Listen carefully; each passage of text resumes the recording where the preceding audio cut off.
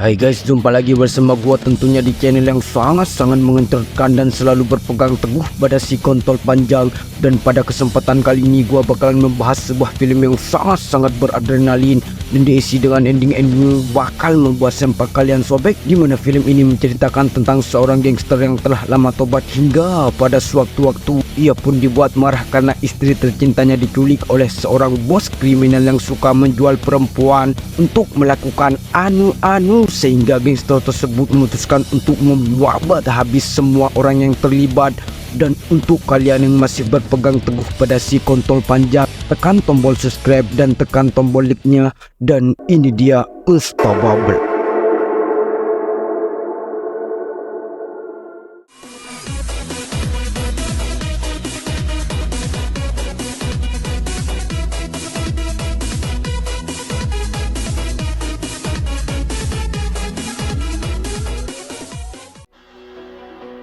Dirilis pada tahun 2018, di mana ada seorang pria yang berprofesi sebagai penjual ikan yang bernama Kang Dongchul, yang di sini kita sebut saja dengan nama Wahid. Dan Wahid mempunyai kerabat dekat yang di sini kita sebut saja dengan nama Mustafa.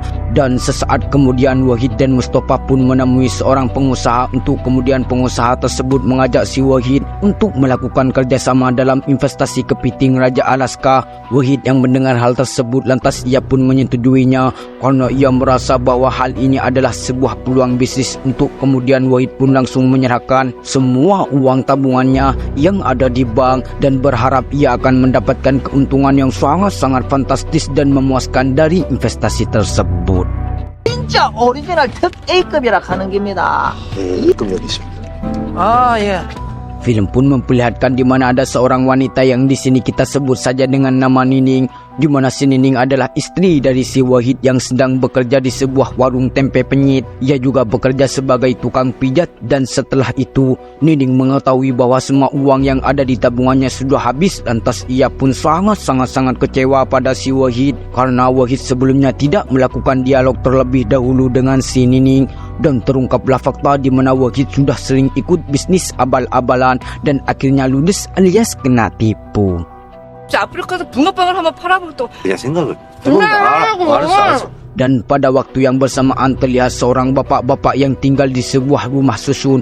Untuk kemudian ia didatangi oleh beberapa pria yang berpakaian rapi yang diketuai oleh seorang pria yang di sini kita sebut saja dengan nama Ujang. Dan terungkaplah fakta di mana Ujang ini merupakan seorang bos kriminal yang terlibat dalam perdagangan manusia. Ia juga merupakan seorang pengusaha dalam bisnis pinjol ilegal, dan alasan ia mendatangi bapak-bapak tersebut karena si bapak tidak bisa membayar utangnya. Untuk kemudian Ujang langsung mengirimnya ke alam barzah, dan hal itu dilakukan supaya ia bisa mengambil uang asuransi kematian si bapak tersebut. 소리지 말고. 자, 세타고 칠게. Tak lama kemudian datanglah seorang wanita yang merupakan putri dari si bapak tersebut. Untuk kemudian Ujang yang melihat hal itu lantas ia pun memutuskan untuk menangkap si wanita. Ia juga bertujuan untuk menjual si wanita tersebut. Dan ketika dalam perjalanan pulang, tak disangka supir Ujang tidak sengaja menabrak mobilnya si Wahid. Kemudian si supir keluar dan memberikan uang ganti rugi. Dan Wahid yang melihat hal tersebut, ia pun tidak mau karena ia ingin membuat sebuah laporan kerusakan mobil karena si supir terkesan cukup meremehkan Wahid. Nining yang melihat hal tersebut, ia pun tidak terima dan langsung memarahi si supir. Untuk kemudian Ujang yang merasa terusik dengan keributan tersebut, lantas dia pun turun tangan dan mengeluarkan supirnya dari mobil. Dan terungkaplah fakta ternyata Ujang tertarik dengan Nining karena si Nining merupakan wanita yang cantik, glowing dan tidak pakai cerot. 그러니까 알았어. 내가 Singkat cerita, sebulan pun berlalu di mana Wahid mendatangi serikat dagang untuk meminta gajinya. Namun di sini si serikat memberikan sebagian kecil dari gajinya si Wahid, dan mau tidak mau Wahid pun harus menerimanya. Dan setelah itu Wahid pun pergi untuk kemudian ia berkumpul bersama teman-temannya yang di sini kita sebut saja dengan nama Herman, di mana Herman meragukan investasi yang dilakukan oleh si Wahid.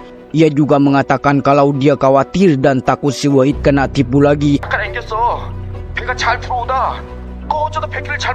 Dan terungkaplah fakta di mana kapal yang membawa kepiting raja malah nyasar ke negara Cina, dan pada waktu yang bersamaan istrinya si Wahid kena musibah karena propertinya akan segera disita oleh pihak bank. Di sisi lain terlihat ada seorang yang sengaja memantau si Nining dari kejauhan.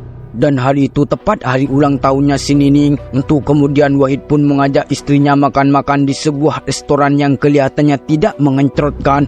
Namun tiba-tiba si Nining pun berkata kalau sebaiknya mereka berpisah karena hal ini adalah satu-satunya cara untuk meringankan hutang. Namun si Wahid yang mendengar hal tersebut tidak mau dan mengatakan kalau bisnis kepitingnya akan membuat mereka menjadi seorang yang sangat-sangat kaya raya. Namun hal tersebut membuat si Nining semakin marah. Untuk kemudian ia pun pulang sendirian, dan ketika Wahid sedang menyiapkan kue ulang tahun, sedangkan si Nining sedang menunggu Wahid di rumahnya, namun tiba-tiba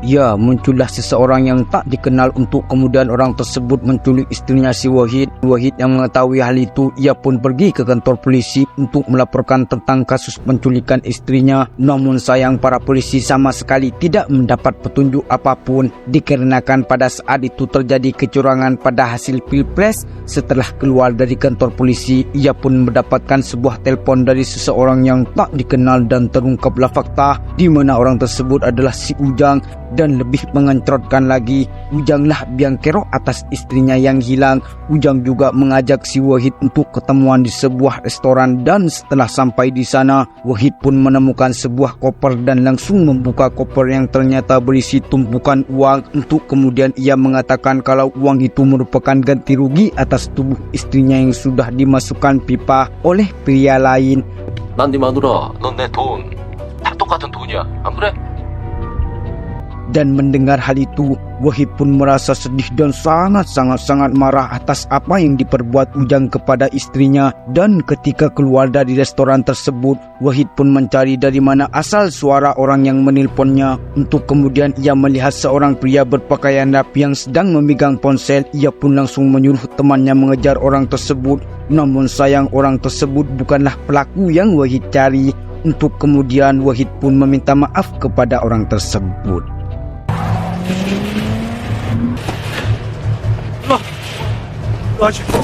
Sehari pun berlalu di mana Wahid kembali ke kantor polisi. Untuk kemudian ia pun langsung menyerahkan tas yang berisi uang. Wahid juga berharap agar uang tersebut bisa dijadikan petunjuk untuk mencari istrinya. Namun lagi-lagi ia pun dibuat cerot alias dikecewakan oleh para penegak hukum yang sangat-sangat mengencrotkan dan sangat-sangat tidak punya akmal. 주변 차량들 블랙박스 좀 확인해 보셨어요? 네, 저희도 당일 현장에 있던 블랙박스 Tak kecewa, ia pun memutuskan untuk mencari istrinya dengan mengambil jalan Jenderal Sudirman. Namun ia membutuhkan bantuan kenalan dari Sisu yang merupakan seorang detektif. Ia juga membutuhkan uang untuk membayar jasa si detektif tersebut. Dan tanpa menunggu janda lewat, Wahid pun langsung pergi ke kantor Serikat Dagang untuk menagih upah yang selama beberapa bulan ini tidak dibayar. Namun di sini Wahid malah dipermalukan secara kasar, dan ini dia yang terjadi.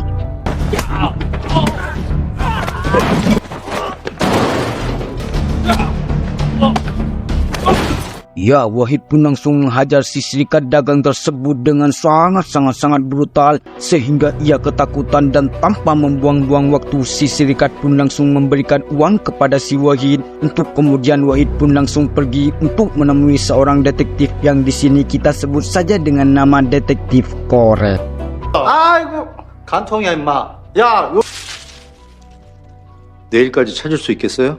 Singkat cerita, Wahid pun sampai di kediaman sang detektif. Untuk kemudian Wahid pun langsung memperlihatkan rekaman CCTV restoran saat Wahid menemukan tas yang berisi uang. Detektif Koret yang melihat hal itu, ia pun langsung melakukan penyelidikan dengan mendatangi perusahaan mobil, dan hal itu dilakukan untuk mencari tahu pemilik mobil yang dikendarai oleh si penjahat. Dan setelah bertemu dengan si pemilik mobil, Su dan Detektif Koret pun mendatangi rumah orang tersebut. Namun sangat disayangkan mobil itu telah dijual oleh si pemilik, dikarenakan ia mempunyai banyak hutang akibat main judi, dan hal itu membuat Wahid tidak tahu siapa yang menculik istrinya. 돈이 필요했어요. 그 번호판 사간 사람 얼굴은 기억나요? Sesaat kemudian Wahid pun menanyakan tempat judi yang sering didatangi pemilik mobil tersebut untuk kemudian orang itu memberitahu kepada si Wahid, dan tanpa membuang-buang waktu Wahid pun langsung pergi ke tempat judi itu, dan sesampainya di sana mereka pun disambut oleh sang manajer. Dan setelah berbincang-bincang akhirnya sang manajer tahu kalau Wahid datang ke tempat mereka bukan untuk berjudi. Ia pun langsung memanggil anak buahnya untuk menghajar Wahid dan kawan-kawannya, dan terjadilah baku hantam yang sangat epik di mana Wahid dengan sangat brutal membabat habis anak buah dari si manajer tersebut.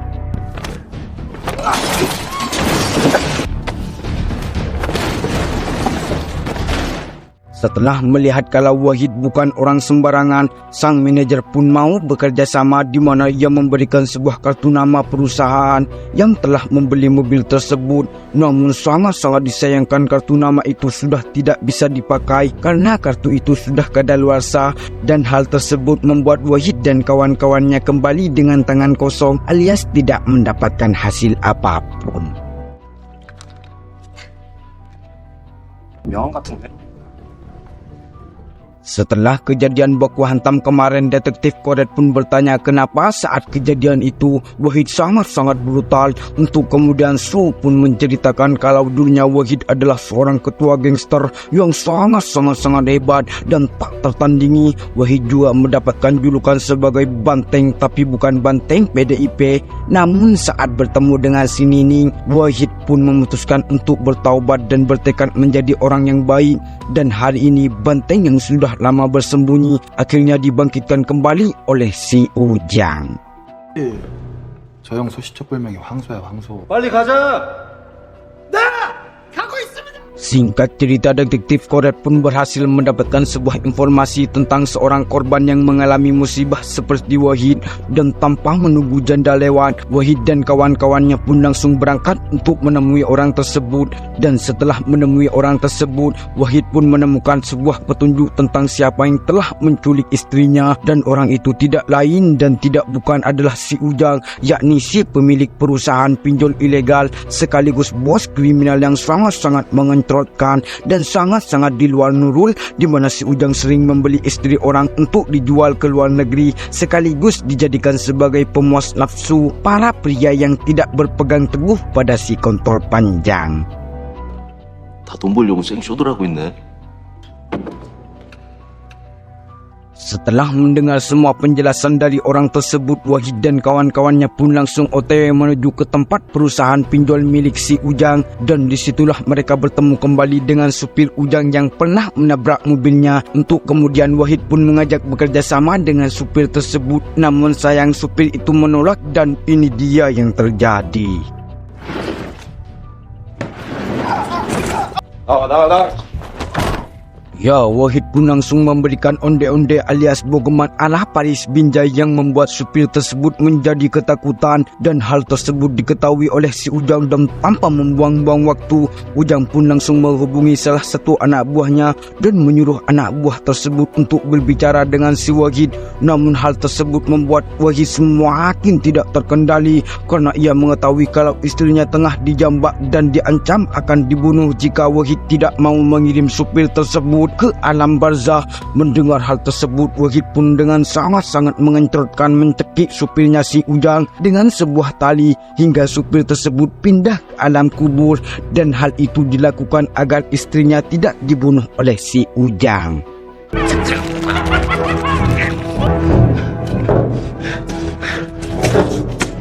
Sesaat kemudian Wahid pun menerima telepon dari si Ujang, di mana Ujang mengatakan kalau Wahid ingin istrinya selamat, Wahid harus mengembalikan semua uang yang telah ia berikan. Dan setelah slap call selesai, Wahid pun langsung menolong supir si Ujang dengan menyayat kulit kepalanya agar aliran darahnya kembali normal, karena Wahid tidak ingin menjadi seorang pembunuh. Setelah ditolong oleh Wahid, supir tersebut akhirnya mau bekerja sama, di mana supir tersebut menceritakan tentang semua kejahatan si Ujang, dan tidak hanya itu, ia juga memberitahu di mana letak markas si Ujang. 진짜예요. 천면에 인간들이 없다는 거예요. 그 새끼들도 완전 Filem pun memperlihatkan mereka si Ujang dan disinilah kita diperlihatkan keadaan Nining bersama para wanita cantik tapi tidak glowing dikarenakan mereka disiksa dan dianiaya. Untuk kemudian kita diperlihatkan di mana ada seorang pria yang menjadi pasukan khusus untuk melakukan anu-anu alias memasukkan pipa ke dalam lubang si wanita, dan hal itu bertujuan untuk mengetahui seberapa bagus barang dagangan mereka. Dan disinilah Nining sedang berusaha untuk menyelamatkan dirinya beserta gadis-gadis lain yang ada di sana.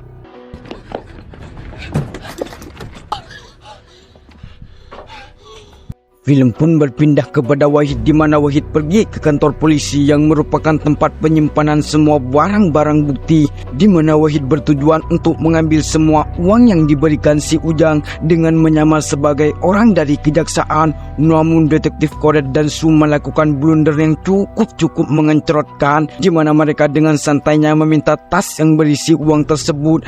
Dan ketika mereka keciduk, Wahid pun langsung meledakkan salah satu mobil yang ada di luar, dan hal itu dilakukan hanya untuk mengalihkan perhatian para polisi yang ada di sana. 죄송해요. 진짜.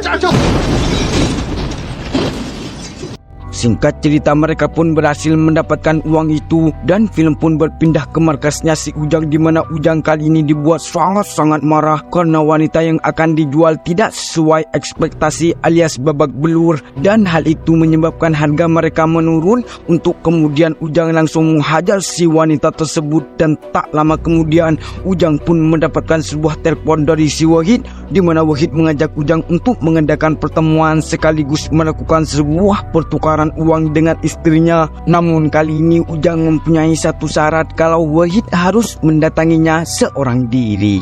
그랬겠지? 어? 그러니까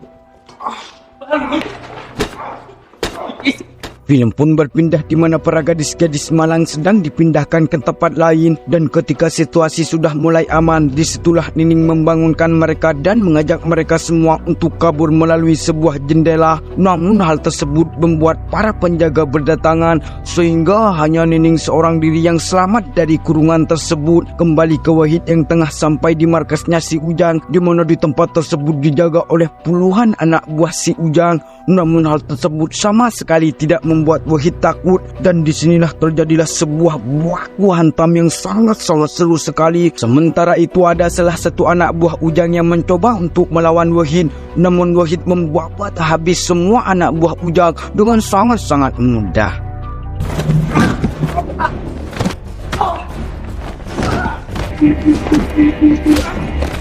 Di sisi lain, Su dan detektif Koret berhasil menggagalkan siasat Ujang yang akan memindahkan para wanita, sehingga para wanita tersebut berhasil diselamatkan dari para pria-pria yang tidak berpegang teguh pada si kontol panjang. Film pun memperlihatkan Wahid yang terus melanjutkan pencarian istrinya. Namun di tengah perjalanan, Wahid pun dikepung oleh anak buah Ujang. Alih-alih takut, Wahid langsung membabat habis mereka dengan sangat-sangat brutal, hingga mereka berteriak kiu-kiu cukur ruko.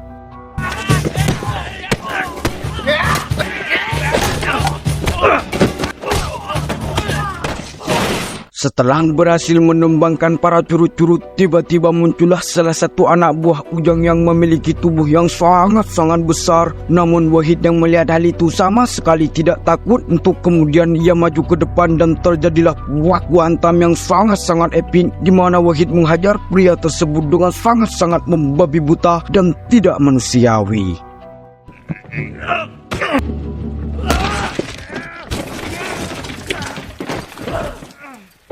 Singkat cerita, Wahid pun sampai di tempat kurungan para sandera. Untuk kemudian ia pun melihat sebuah jendela yang sudah robek, dan terlintas di pikirannya kalau istrinya mungkin sudah kabur. Dan tanpa membuang-buang waktu, Wahid pun langsung bergegas untuk keluar dan mencari si Nining. Dan ketika Wahid sampai di perjalanan, tiba-tiba muncullah sebuah mobil yang sedang membawa Nining. Untuk kemudian Wahid langsung bergegas dan terjadilah kejar-kejaran yang sangat-sangat menegangkan. Wahid yang sudah emosi, ia berkali-kali menabrak mobil tersebut, dan ketika Wahid hampir menghentikan mobil tersebut, tiba-tiba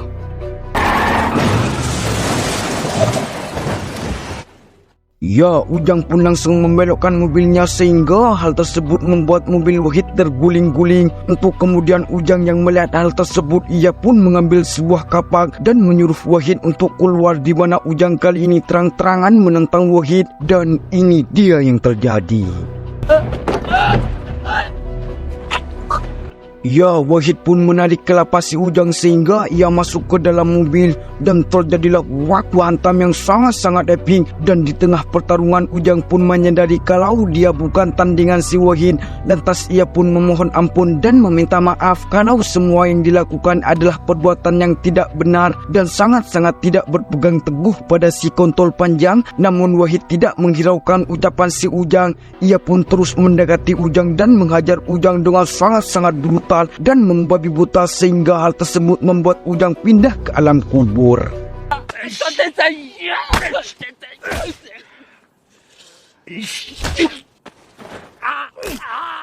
Setelah melalui rintangan dan cobaan, film pun memperlihatkan Wahid yang saat ini telah sukses, di mana Wahid mempunyai bisnis kepiting raja yang dilakukan di awal film. Dan disinilah Wahid dan Nining hidup bahagia sambil menikmati masakan kepiting raja tersebut, dan film pun tamat. Sungguh ending yang membuat sempak kalian sobek. Dan pesan yang bisa kita ambil dari film ini adalah apapun yang terjadi di dalam hidupmu, tetap semangat dan jangan pernah menyerah, karena kesuksesan tidak bisa diraih dengan tidur yang panjang, tapi kesuksesan dapat diraih oleh kerja keras. Untuk kalian yang sedang berproses, semangat, semoga sukses dan sampai jumpa di video selanjutnya.